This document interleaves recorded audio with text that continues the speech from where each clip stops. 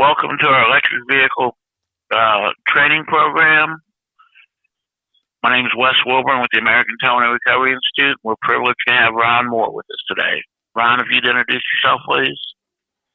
Thank you. My name is Ron Moore. I live in Plano, Texas, a suburb of Dallas, and I've retired as a firefighter, fire chief. My experience is in fire and emergency medical training. I put together a joint training program specific to electric vehicles to talk about responders' point of view arriving at an incident involving an electric vehicle. So Ron will represent fire and rescue, and I'll represent towing and recovery. In studying electric vehicles, there are some terms that would be used in anything you read or anything you hear about electric vehicles. And some of these, not all, I don't have all of them listed here, but some of these are very important to our process, our response. Emergency Response Guide, you'll hear about either the ERG, which is not the orange book from DOT. It's Emergency Response Guide specific to that particular electric vehicle. You may also hear about a rescue card or a rescue sheet. It's kind of like a brief version. It may be two sides of a piece of paper, or it may be four, where the Emergency Response Guide is a more robust document. It may be 30 or 40 pages.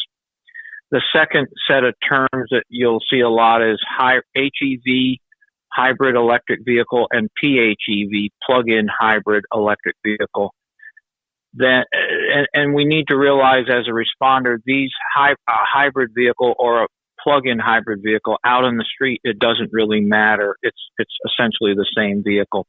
But these vehicles, different from electric vehicles, have fuel tanks. So we may smell leaking fuel at an incident involving an HEV or a PHEV.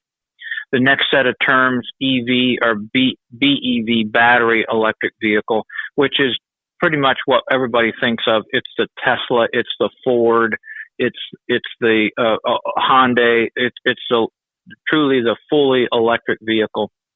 EREV was started years ago by General Motors with the Chevrolet Volt, V-O-L-T. EREV means extended range electric vehicle. That vehicle, which now is coming out with the 2025 Dodge Ram Charger pickup truck, which will be an electric EREV, extended range electric vehicle. These vehicles have gasoline-powered engines or motors that recharge the battery while the vehicle is driving down the road. So with the electric Volt from 2010, V-O-L-T, the engine ran off of a 9.3 gallon gasoline tank. So again, with the Volt or with the new Dodge Ram Charger, which will be out in 2025 model year, we have the opportunity to also have gasoline on board, as well as a hybrid lithium ion type engine situation. And then ICE, if you hear somebody talk about that or read that, it has nothing to do with cold or hot. It's internal combustion engine. It's the gasoline powered vehicle that we have or the diesel powered vehicle that we have. The next set of terms is badging, which actually was reflected on the title slide. Badging is the exterior markers that tell responders, tow operators, fire department, police officers, for example, tell them what make and what model electric vehicle we have. For example, on an ICE vehicle, it might say Nissan and then say Altima, for example. What the problem with badging, it is not required in the United States, in North America, for example, and it never has been required. So we as responders have been relying a lot upon badging, the exterior markers, and badging may not be present, or if it's present, it may be what we call two-sided, which means at the front and at the rear. UHSS is ultra high strength steel. It is part of the crash design, crash worthiness of the vehicle, and boron is one of the types of UHSS steel.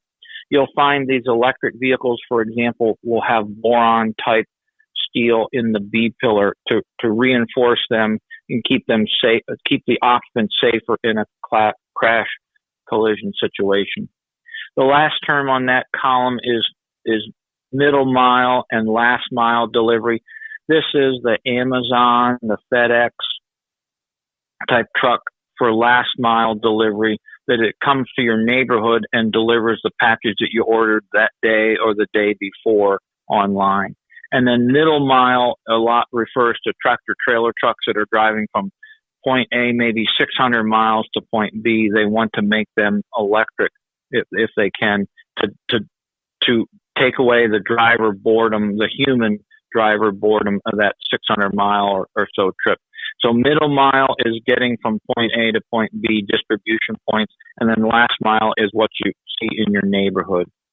Over on the next column, we have the different types of charging. Just realize that charging is now a big deal among the electric vehicles.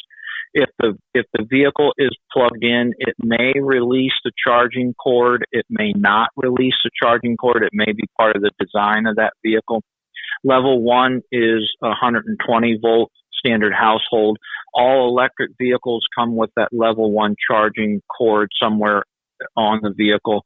And then level 2 would be the hot water heater or the dryer, 240 volt. Those are both AC. Level 1 and level 2 are AC charging. So for fire department responders or tow truck operators, if you're responding to a disabled electric vehicle that's plugged in, it is a different type of situation than if the vehicle is sitting by itself. Then DC fast charging, which is all the rage right now, level 3, that's what you hear about all these different stations in the back of Walmart or along the side of a gas station or behind a restaurant, for example, where the DC fast charging, if the vehicle is plugged into level 3 charging, it skips the AC part, and the DC coming out of the pedestal charger unit goes directly into the electric vehicle itself. The whole big problem is the next term, lithium ion. It is the rechargeable. It is the chemistry that's used in rechargeable batteries. It is what's in your cell phone. It's what's in your computer, for example. It's what's in these electric vehicles. Lithium ion is a type of chemistry that basically says, I don't like you as a responder, whether you're a tow truck operator or a fire department operator, or even the owner operator. I don't like you. Don't mess with me. Don't touch me. I will come out of my container and get you. You'll hear about stranded energy. It means as a responder, even when we shut the vehicle down, make it dark, if that's the case, however you want to look at it, the battery, the high voltage battery, as well as the low voltage battery, which is the 12 volt battery, typically still maintains the energy that it had, the juice that it had in it. It's no longer circulating, let's say, but the energy is stranded or trapped in the battery. And then thermal runaway and off-gassing, they go hand in hand. The individual battery cells that make up the high voltage battery packs in electric vehicles, for example, have the ability, one cell might misbehave. It may be one of 7,000 or one of 850 cells, but it misbehaves, and then it can damage the next cell next to it, the exposure neighbor next to it, and it just goes that way. Off-gassing is a big deal. It is the vapor, it is the mist, it is the whitish or grayish type smoke that is given off by a lithium ion battery when it is in thermal runaway. And then the last term that I have here, and this is not all the terms that you'll hear, but the last term that I have here is bichargeable, meaning if you, like for example with the F-150 Lightning electric pickup truck, if you buy the right battery pack in the truck vehicle and buy the right charging unit in your home, and you could plug in your electric F-150 Lightning, and the power from that battery pack in that electric truck would feed certain circuits in your home, vehicle to grid or vehicle to home type situation. So that's just a brief overview of some of the electric vehicle terms. Another one I can think of right off the bat that I don't have on here, but you may read about or hear about, is a skateboard. On these electric vehicles, the high voltage lithium ion chemistry battery is typically in what's called a skateboard. It's a design where you have the front part of the vehicle, the rear part of the vehicle, and in the middle you have the lithium-ion high-voltage battery. And then it's mounted onto and underneath the floor pan of the vehicle, and that's typically referred to by the auto designers, auto engineers as a skateboard. That's a term that is not on here. That is important for all of us as responders to understand. The emergency response guide, this is an example of a Tesla Model 3. It winds up being 30-some pages if it's downloadable. These ERGs are provided by manufacturers directly, manufacturers of hybrid and electric vehicles. They can be downloaded at no charge from the manufacturer's website, although the difficulty is finding them in all the pages of a website, and then also finding the proper information that you want out of the guide. There was an incident in Phoenix where an electric vehicle in Phoenix caught fire. It was a Jaguar, and the manufacturer had not made their ERG available to North American responders. It was available in Europe, but not in North America. So this is just one example of right now Tesla Model 3, which is the most popular worldwide selling electric vehicle. And this is just an example of the cover page of the Emergency Response Guide. NFPA, National Fire Protection Association, many times refers to ERGs, Emergency Response Guides, as EFGs, Emergency Field Guides, but they're really talking about the same document. So the document of a ERG is there. It is just, there may be difficulty finding it on the manufacturer's website if it's there at all, and then there may be difficulty finding the relevant parts of it as a responder that you need to know. Slide 7 is a document available in the United States from National Highway Traffic Safety Administration, NHTSA.gov. It came out back in March of 2014. It is one of 3. They're downloadable. They're free. They are titled Interim Guidance for Electric and Hybrid Electric Vehicles Equipped with High Voltage Batteries. There is one specific for towing, recovery, and vehicle storage facility operators.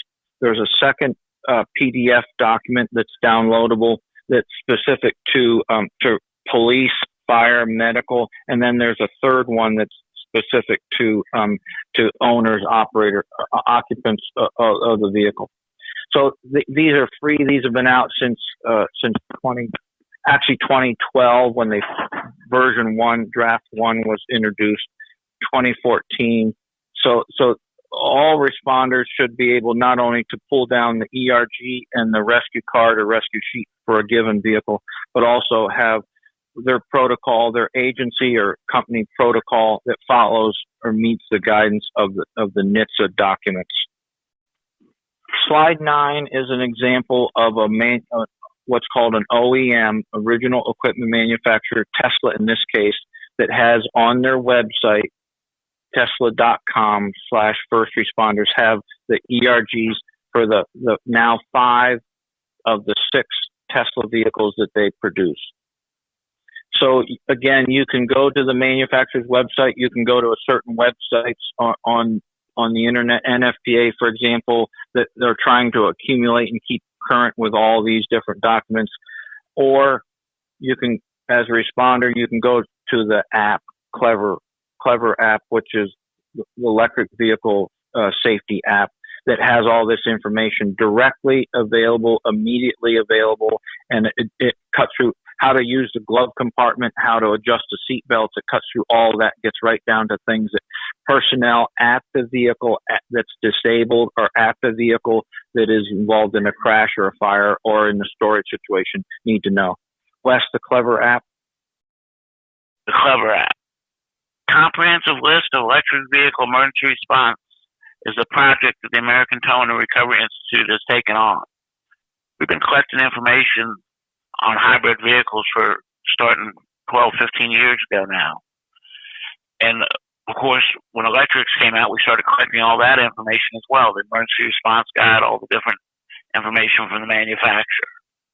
We were putting that out in a PDF format to our students at classes, And when we got to almost 600 pages, I started hearing feedback about it's great to have all that information, but it's kind of hard to use a 600-page PDF on the side of the highway. So that's when we came up with the concept of making an app out of it. We have a research team that works on this full time, so we're constantly checking for updates. One of the reasons that the car manufacturers suggest not downloading their emergency response guides is things are changing all the time. And that's one of the things we take care of with the Clever app. Right now, we have 702 passenger vehicles and about 60 heavy trucks. Heavy trucks not only have electric, hybrid electric, but they also have compressed natural gas and carbon. This app has the complete information from the emergency response guide. It also has information broken down into categories, so you can go zero right in on what you need. Dealing with a water submergence situation, you can click right into that, etc. Slide 13 is an example.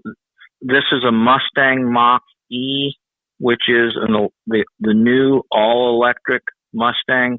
For example, things that you might learn about this through one of the apps, like the Clever app, is this Mustang Mach-E has four-sided badging, front, rear, and driver's side door and passenger side door. But also it has this Mustang Mach-E, which is all electric, has no door handles. There are absolutely no door handles. This is truly an example of an all electric vehicle coming out where the operator, the tow operator, the fire responder, the police officer, there's too much to remember at the scene. But with an app, while you're there at that car, you can pull down the information to get into it for one thing and to deal with it for another. This slide shows a couple examples of pickup trucks, just to make sure that all of us as responders are aware that electric vehicles are in passenger vehicles, they're in pickup trucks, they're in SUVs, minivans, as well as now the Class 4, Class 5, up to Class 8 vehicles. So with the pickup truck slide, we look at the F-150 Lightning, which is the all-electric Ford pickup truck. We look at the Rivian, which is another manufacturer, R1T. They also have the Rivian R1S. And then the Tesla Cybertruck, which is the stainless steel body vehicle that just came out, produced by Tesla. Slide 15 is an image from the government trying to talk about how they're promoting the largest U.S. government fleet, which is the U.S. Postal Service. And they're trying to promote how the goal of fully electrifying the government fleet by 2030. Here we see the FedEx electric vehicle and the Amazon electric vehicle. This reflects back to a term that we talked about earlier, the last mile delivery. These are vehicles that you may see in your neighborhood on a country road. This is an example of a reason why these vehicles are everywhere. You can't be in an area in the country that is no longer too rural to ever have electric vehicles, because there no longer is an area where last mile delivery electric vehicles won't get there. Amazon has 100,000 on order, and FedEx ordered 7,500 of their electric vehicle trucks. Next, we see Walmart with the Canoe, which is what they call a lifestyle delivery vehicle. This is used by some of the Walmarts. They ordered 4,500 of them with an option to buy up to 10,000 of them. This is when you go online from your home and order something from the local Walmart grocery store or Walmart store, and this is the vehicle that Walmart intends to have coming to you. Examples of Class 4 electric trucks.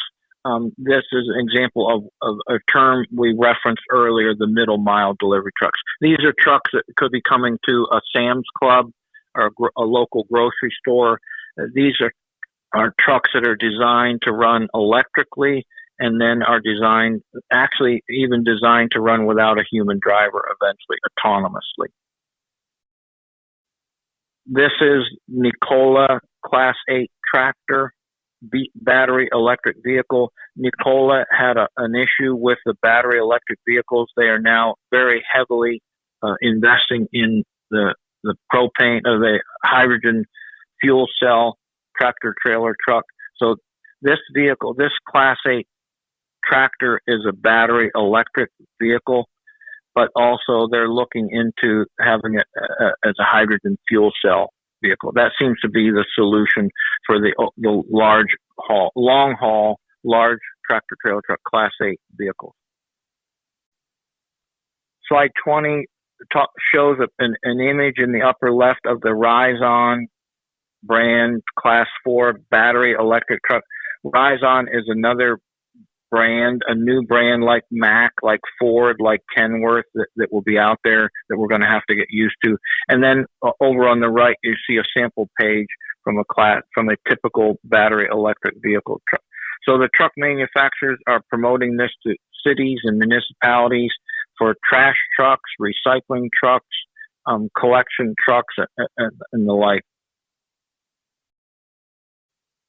The rescue card for, in this case, a Class 4 battery electric truck, the Mack, also includes information for tow operators trying to recover this trash truck or dump truck or whatever the truck is. It also includes information in this rescue card for this particular brand of truck for submersion. You see the artist rendering of it. This is the title page about Volvo and their subsidiaries introducing an electric truck safety app with simulated reality for technology for first responders. So they want you to use your iPad that you have at the scene, and they want you to look at the truck, and then the augmented reality designs or recreates the solutions for you. This is just an example coming from Volvo. Just to show that electric vehicles are into the large 80,000 pound plus tractor trailer truck arena, we have the Tesla Semi, which is just one of many that is an example of a battery electric tractor trailer truck. These are silent running, human driven or designed to be autonomous driven tractor trailer trucks that can be 80,000 pounds or more. This is an example of a high voltage battery that is constructed of nickel metal hydride, which is what originally we had for rechargeable batteries, high voltage batteries in hybrids, for example, and then some of the early electric vehicles. Lithium ion is the other chemistry. The problem with the nickel metal hydride, it didn't hold its charge. It didn't give them enough range or distance. So the manufacturers transitioned to lithium ion chemistry, which now makes up the typically 1,200 pound, 1,000 pound, or 1,200 pound skateboard battery under the undercarriage of the vehicle. So the nickel metal hydride was friendly. It liked us. It allowed us to do a lot of things to the vehicle in towing and recovery and in fire rescue. The lithium ion says, nope, don't touch me, don't get me wet, don't damage me. I will let you know how you screwed with me.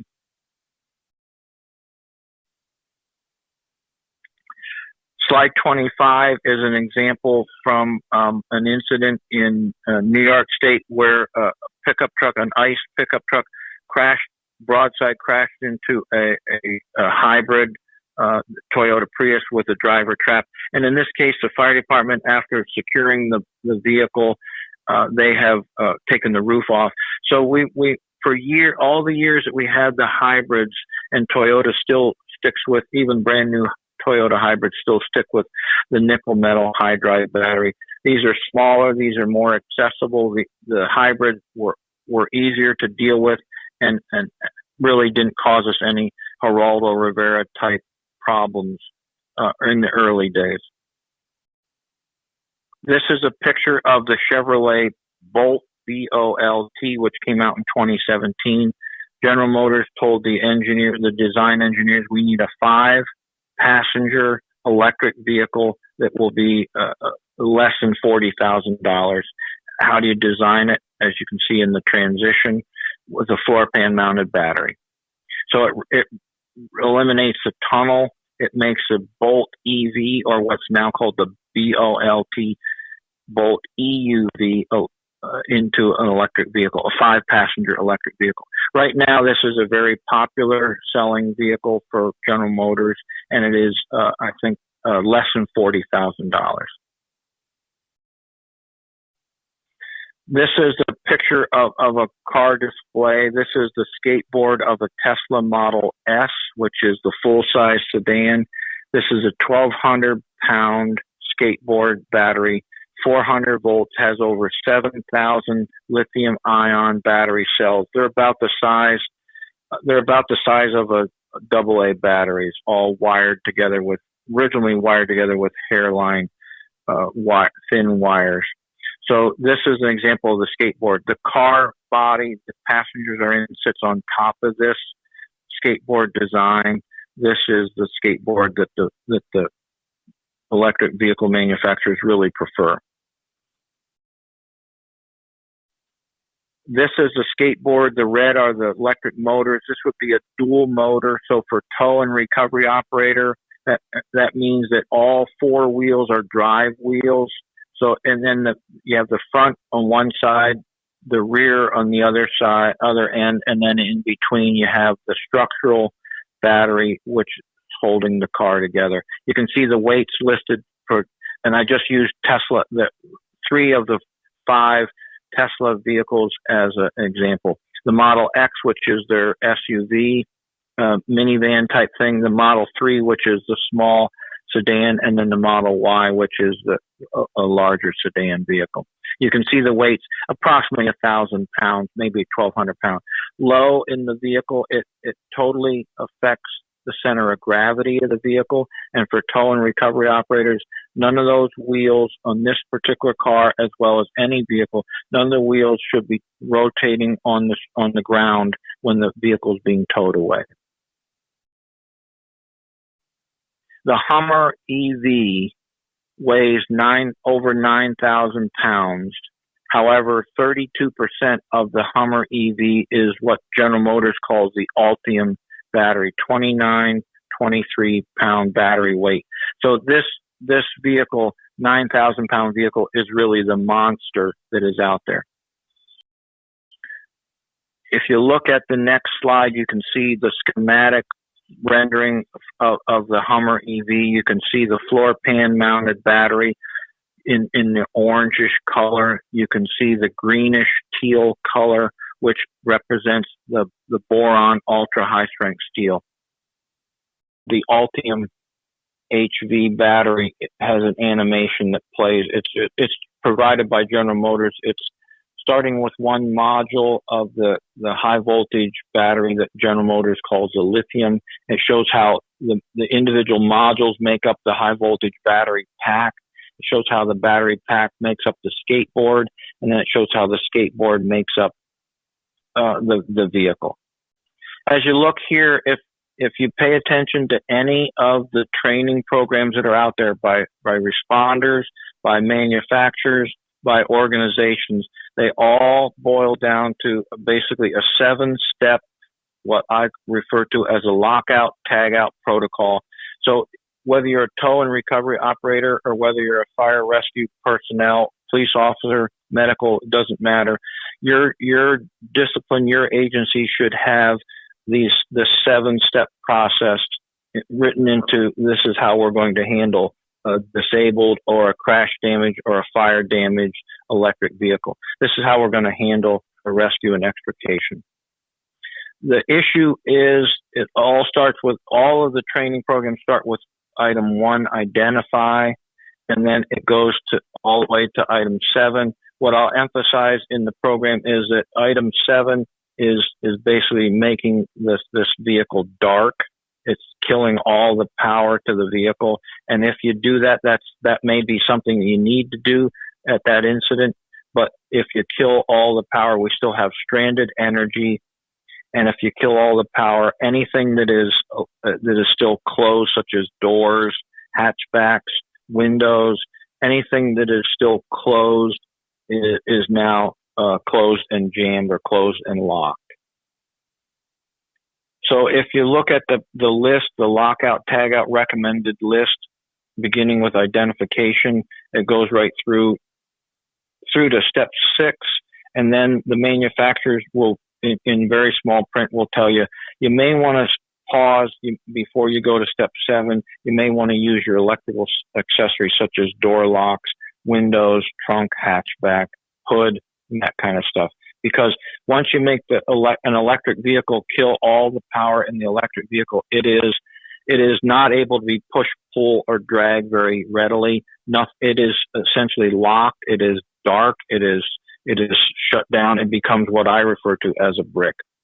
So this is a very important list, but you need to have some leeway that explains how each of the items would fall into place.